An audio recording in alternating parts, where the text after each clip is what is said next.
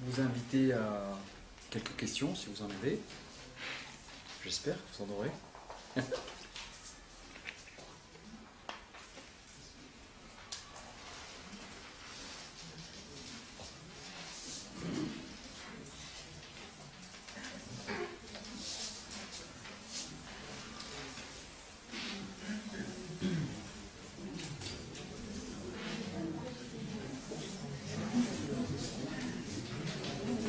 Oui.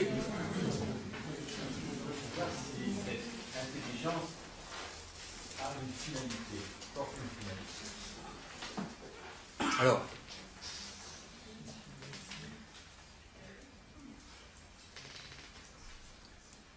je voudrais répondre à la question dans l'autre sens, d'accord? En vous montrant les limites de la question. Okay. Admettons que cette intelligence ait une finalité. Quelle serait cette finalité? Quelle serait cette finalité?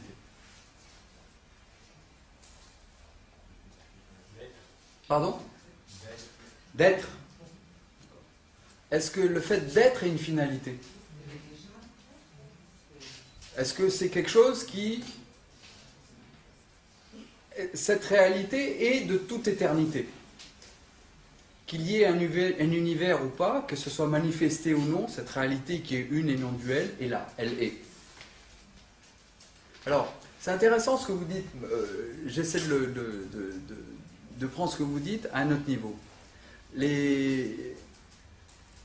Certaines personnes, Shankaracharya, qui est un des commentaires traditionnels des Upanishads, du Vedanta, dit qu'en fait, il est impossible de réponse à cette question. Mais une réponse qui pourrait satisfaire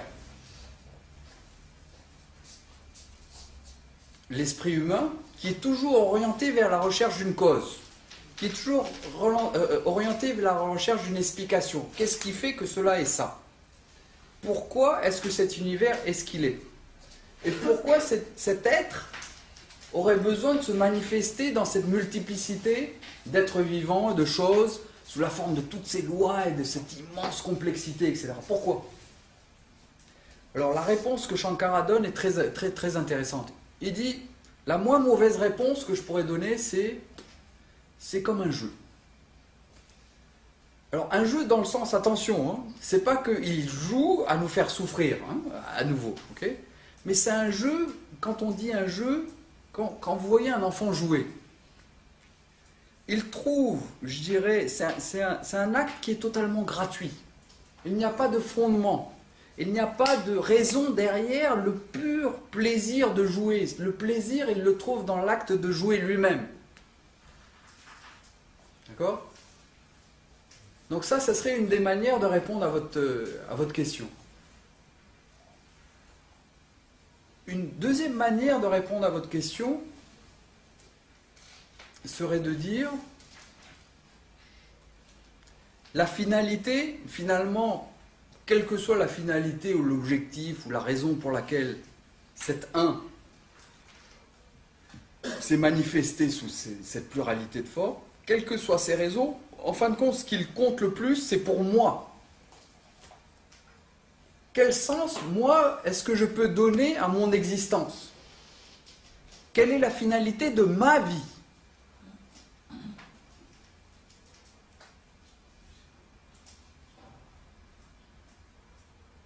Donc, quelle est la finalité de la vie humaine?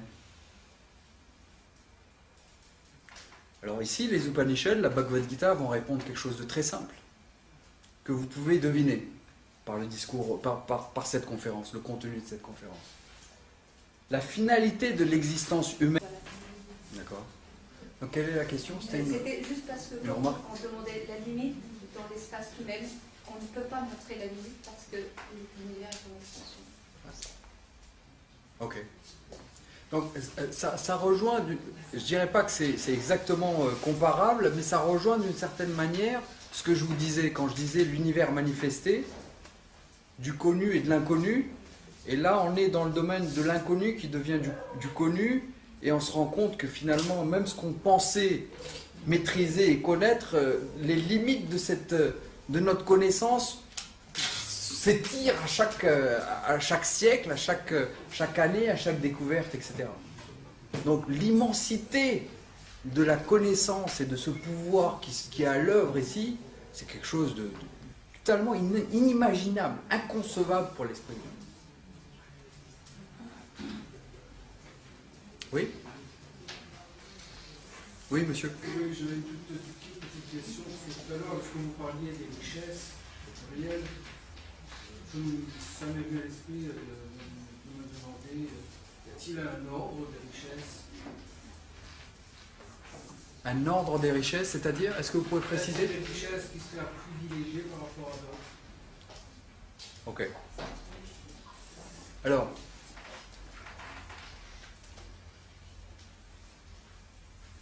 moi je dirais que là je répondrai par une prière qui est extrêmement intéressante, qui s'appelle la Gayatri, que certains d'entre vous connaissent. Dans cette prière, l'individu s'adresse donc à cette cause de l'univers et ne lui demande pas « je veux plus d'argent, je veux plus d'enfants, je veux plus de pouvoir, je veux plus d'influence, j'ai une belle maison mais j'en veux une plus grande, ou j'en veux 3. J'ai une entreprise ou 2 mais je veux un groupe multinational. » Non. Il n'y a rien de mal à ça. Je voudrais vous faire comprendre ici. Il n'y a rien de mal à ça et on peut tout à fait prier pour tout ça. Okay. Mais le but, le contenu de cette prière est assez révélateur de cette priorité ou cet ordre qu'on pourrait, les valeurs qui sont, je dirais, véhiculées par cette vision. Cette prière dit: la vie n'est qu'une série de décisions. En permanence, je dois décider de ce que je dois faire. Je suis en situation et je dois prendre des décisions. À tout moment. D'un certain point de vue, est-ce que ce n'est pas vrai que la vie n'est qu'une série de décisions? Ok? Vous êtes toujours en situation où vous avez à décider. Donc la prière est de dire: donne-moi cette clarté d'esprit, cette lucidité. En fait, il ne dit même pas donne-moi, il dit donne-nous. C'est une prière au collectif, ce qui est encore plus révélateur.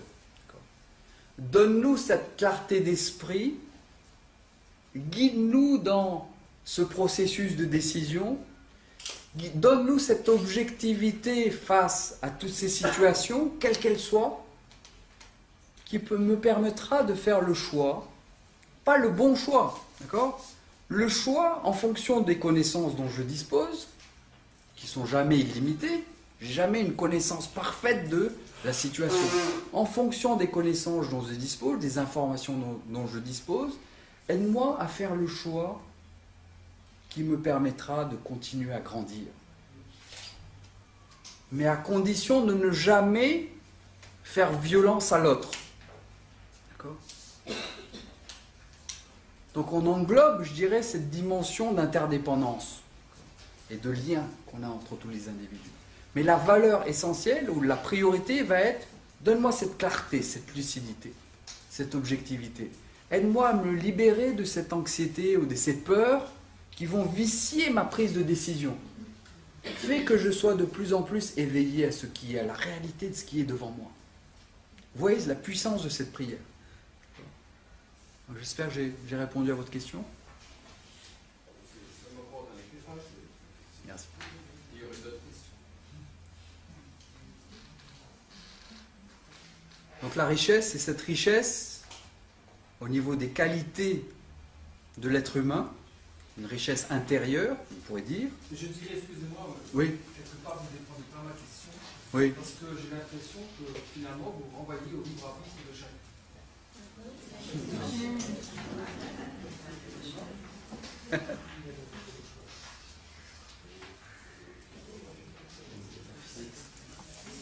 Est-ce qu'il y a d'autres questions?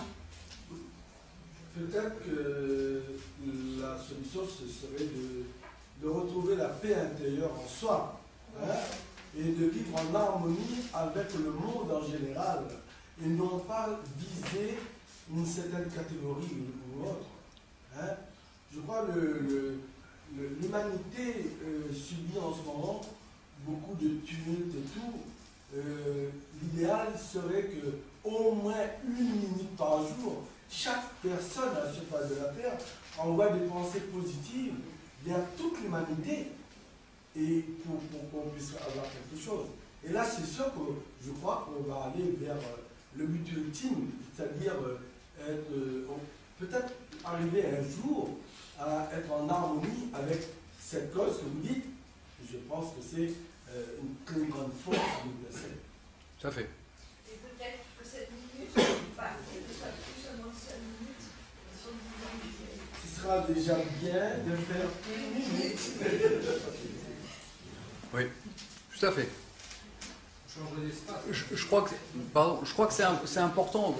Ce que monsieur dit, c'est bien, c'est parce que ça rentre dans ce que j'appelais élargir le cercle des préoccupations. D'accord ? Et prendre conscience de notre interdépendance et notre relation avec tous les autres êtres vivants, etc. Donc c'est important ce que monsieur dit. La seule chose que je voudrais rajouter, c'est peut-être de dire il n'y a pas de solution idéale et je crois qu'il ne faut pas rêver à un jour arriver à une société où tout sera en paix, où tout sera en harmonie. Là aussi, il faut être assez lucide sur les différentes, les différentes qualités qui composent l'humanité. Certains ne sont pas éveillés à cela. Et ils vont y venir. D'accord ? C'est pas un jugement de valeur, mais c'est vraiment... On ne peut que constater, d'un côté, qu'il y a un mouvement général d'une société qui prend conscience de la nécessité de plus de valeurs spirituelles, de la globalisation, de l'interdépendance, mais il y a aussi des gens et des poches de la société humaine qui sont encore rigides, qui sont encore centrés sur un sentiment... On va dans le domaine de la tolérance. Donc, ce que je dis, retrouver la paix intérieure, c'est justement pour que les gens qui, en ce moment, est encore très durs avec leurs frères humains, si quelqu'un, par exemple, veut parler et nous mettre en parenthèse, parce que le mot n'a pas été prononcé ici, Dieu. S'il dit qu'il aime Dieu, et s'il n'aime pas son frère humain à côté de lui, à mon avis, il va dans le mur. Tout à fait. Je vous suis, tout à fait. Oui. Si j'avais retenu quelque chose, ce serait prendre conscience. Prendre conscience de quoi? De cette connaissance qui pourrait être en moi. Et avant de pouvoir envoyer quelque chose qui soit universel, avant de pouvoir envoyer, il faudrait qu'en moi-même, que je puisse procéder, que je puisse m'éclairer moi-même. Je pense que si l'humanité, individuellement, avait cette conscience, cet éveil, ça va rayonner tout seul. Tout à fait. Je n'aurais pas besoin d'être un miroir pour l'autre. Il faudrait déjà que je sois un miroir pour moi-même. Si j'arrive, si toutefois j'arrivais à un morceau de ce miroir, ce serait bien. Parce qu'il est vrai que dans le monde social, c'est qu'on va ramasser un morceau du miroir qui est tombé du ciel, qui s'est cassé, et que ce morceau-là, on va penser que c'est le miroir en totalité. Très, très jolie image. Merci, Jacob. Ça fait juste. Tout à fait juste. Oui. Pour continuer dans le prolongement de la remarque de monsieur, Oui. tout à l'heure tu nous disais que le Vedanta nous enseigne à l'existence d'une cause intelligente, permanente et qui existe en toute chose.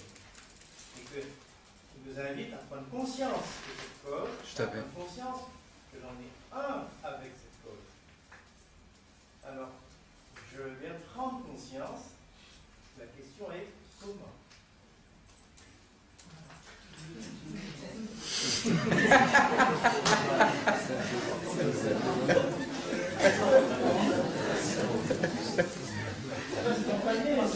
On est à la recherche d'une méthode, d'une démarche. Tout à fait. Donc,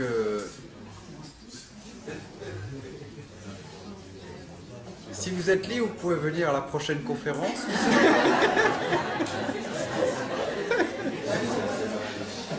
Et j'aurai le plaisir d'essayer de vous expliquer. Comme dans les séries télévisées. Prochain épisode.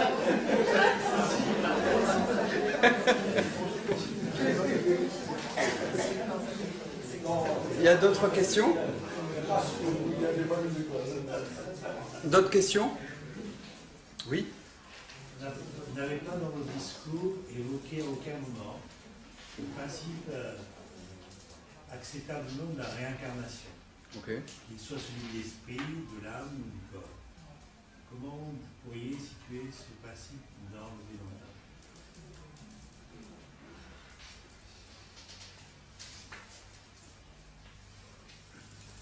Je vais essayer de faire court.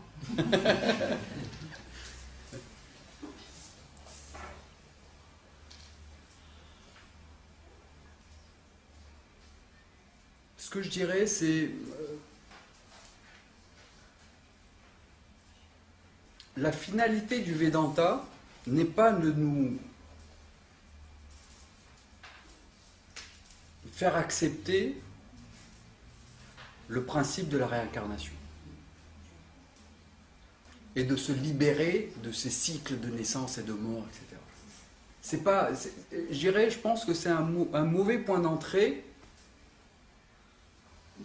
je dirais, qui n'est pas représentatif plutôt, pour être plus précis, de la pensée du Vedanta. Pourquoi? 1. La réincarnation reste du domaine de la croyance. Or, je n'ai cessé ici, pendant cette conférence, de vous parler de connaissance, et de connaissance de ce qui est, et qui est ici et maintenant, et que je peux découvrir les deux mots. La réincarnation, je peux ni la prouver, mais vous ne pourrez non plus pas la réfuter. Pourquoi? Pour une raison simple. Premier argument va être de dire rien ne se perd, rien ne se crée, rien ne se perd, tout se transforme. Deuxième élément de réponse, il y a des causes à effet, des lois de cause à effet dans tous les domaines, qui sont dans le domaine physique, biologique.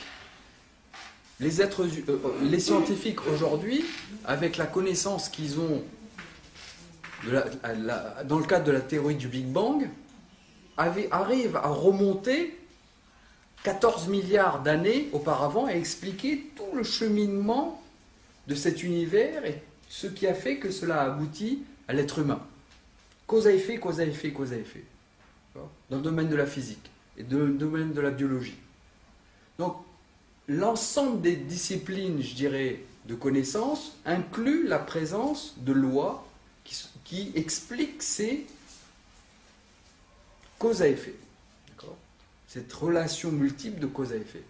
Pour moi, la question que je poserais, c'est pourquoi exclure du champ des causes à effet quelque chose qui est certes juste une croyance pour l'instant, mais qui est celui de dire toute action que je fais actuellement va avoir un effet. L'action va être la cause, le résultat va être un effet. Et les actions de plusieurs individus vont avoir des effets. Et l'ensemble de les résultats des actions de plusieurs individus vont produire des effets. Donc au niveau visible, c'est facile de s'en rendre compte.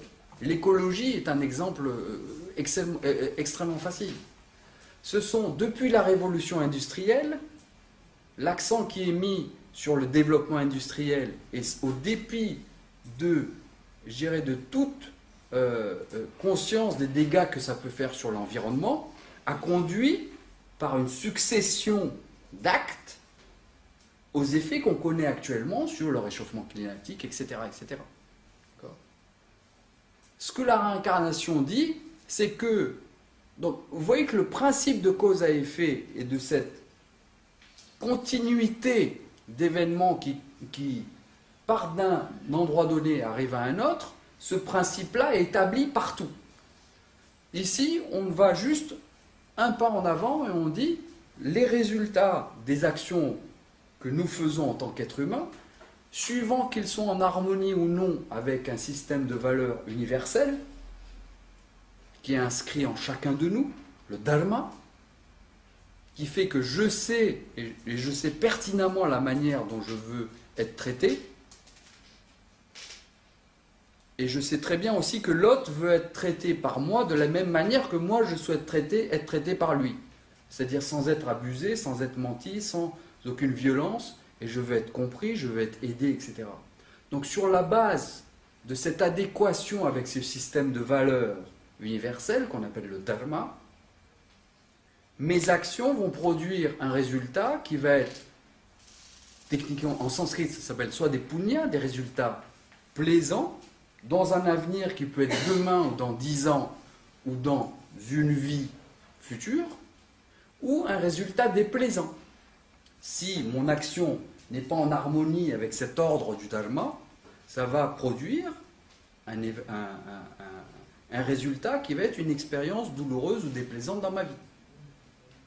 Et l'ensemble, cette loi qui coordonne, qui connecte, qui relie toutes les actions et tous ces effets de ces actions par rapport à ce système du dharma, c'est ce que vous connaissez tous suivant la loi du karma.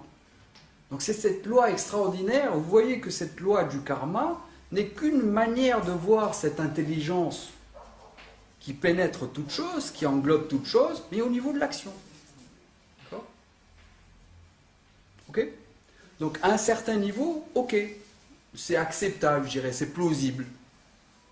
Mais loin de moi l'idée de dire c'est sûr, je ne sais pas. C'est plausible, ça semble tenable. Mais ce n'est pas probable. Okay ? Et là, on est dans le domaine du ici et maintenant. Est-ce que je peux prendre conscience, un, de mon appartenance au tout, et deux, de savoir que je suis libre déjà ici et maintenant de ce sentiment de limitation ou d'insatisfaction que j'éprouve. Donc vous voyez la différence de démarche. Donc l'accent de l'enseignement est plus sur ici et maintenant, je m'identifie aux qualités de ce corps, de ses pensées, etc., mais qui me font prendre moi-même pour un individu limité. Comment, ici et maintenant, devenir libre en écartant cette ignorance de moi-même et cette ignorance de certaines réalités de l'existence, qui inclut donc cette réalité de la présence de cette intelligence. Vous voyez, l'accent est différent. Donc, le centre est connaissance qui est libératrice. Pas une croyance, bon, qui a sa place, qui est tenable, et qui est un modèle, qui est acceptable, je dirais. L'accent est sur la liberté ici et maintenant. Pas sur, oui, tu es pas juste un individu mortel et qui a une vie et qui va se réincarner. Alors, est-ce que ça veut dire que pour la connaissance, c'est pas parce qu'on a conscience,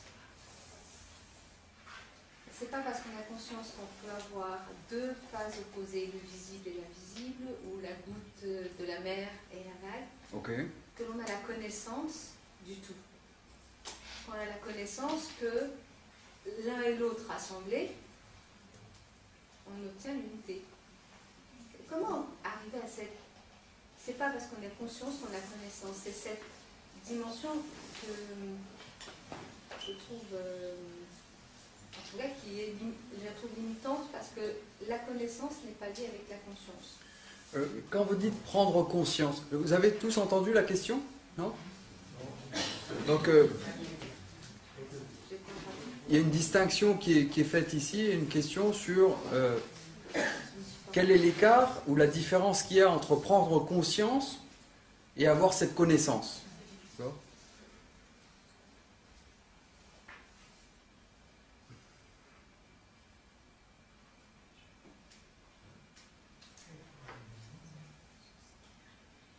Pour moi, la manière dont j'utilise ces deux expressions que vous utilisez, pour moi, elles sont identiques. D'accord ? Quand je prends conscience de l'existence de ce verre devant moi, quand je prends conscience de l'existence de ce verre devant moi, ça devient un objet de ma connaissance. Je connais ce verre. Et je peux dire, ce verre est posé sur cette table. D'accord ? Alors comment ça se passe? C'est un processus qui est le processus de la connaissance. Qui est, je suis un sujet qui utilise certains moyens de connaissance. Okay.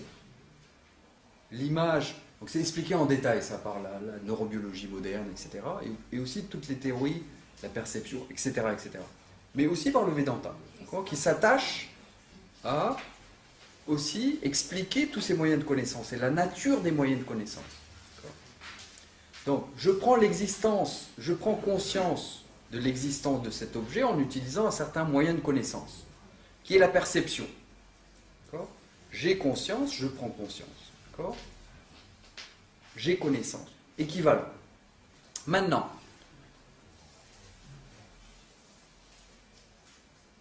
je suis cela même que je recherche.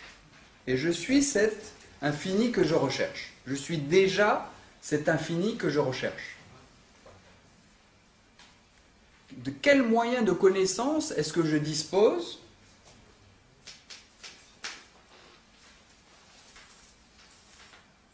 pour prendre conscience de ma réelle nature, pour avoir connaissance de ma réelle nature? Je mets en équivalence ces deux mots-là, ces deux expressions. Aucun autre moyen de connaissance. Je ne peux pas arriver à la réalité de moi-même en tant que sujet par les moyens de connaissance dont on se dispose habituellement. Parce que, par définition, je suis le sujet qui utilise ces moyens de connaissance. Je ne peux pas, moi, faire de moi-même un objet de ma perception. Ça serait comme Shankara dit dans un de ses commentaires, c'est comme si je me mettais debout sur mes propres épaules. Aussi le feu se brûlait lui-même. D'accord ? Ce retournement vers soi, comment est-ce que je vais le faire? Ce à quoi j'aboutis si je prends conscience de quelque chose n'est pas moi, c'est un objet. D'accord ? Et je ne peux pas non plus aboutir à moi, avoir connaissance de ma réalité, par d'autres moyens de connaissance, par le raisonnement, par la déduction, etc. La seule manière, et c'est là qu'il y a quelque chose d'important dans la nature du Vedanta, c'est que le Vedanta est un moyen de connaissance, mais sous la forme de mots, avec une certaine méthodologie. Et à l'aide de mots, va vous faire découvrir, vous accompagner dans ce processus et ce cheminement qui va vous amener à découvrir ce que vous êtes, en écartant l'ignorance, en dissipant l'ignorance de votre nature, en examinant chacune des conclusions et en examinant si ces conclusions à votre sujet et au sujet de la nature de l'univers, de la réalité, sont fondées ou pas. Donc, ma réponse à votre question, ce serait prendre conscience et avoir connaissance, connaître, pour moi c'est équivalent. Et la difficulté réside plus dans le fait que je dois me connaître moi-même. Comment le faire? Oui?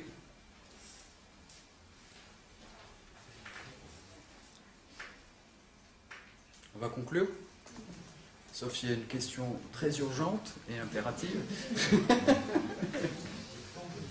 Alors, merci beaucoup. J'ai été vraiment ravi de partager ce moment avec vous.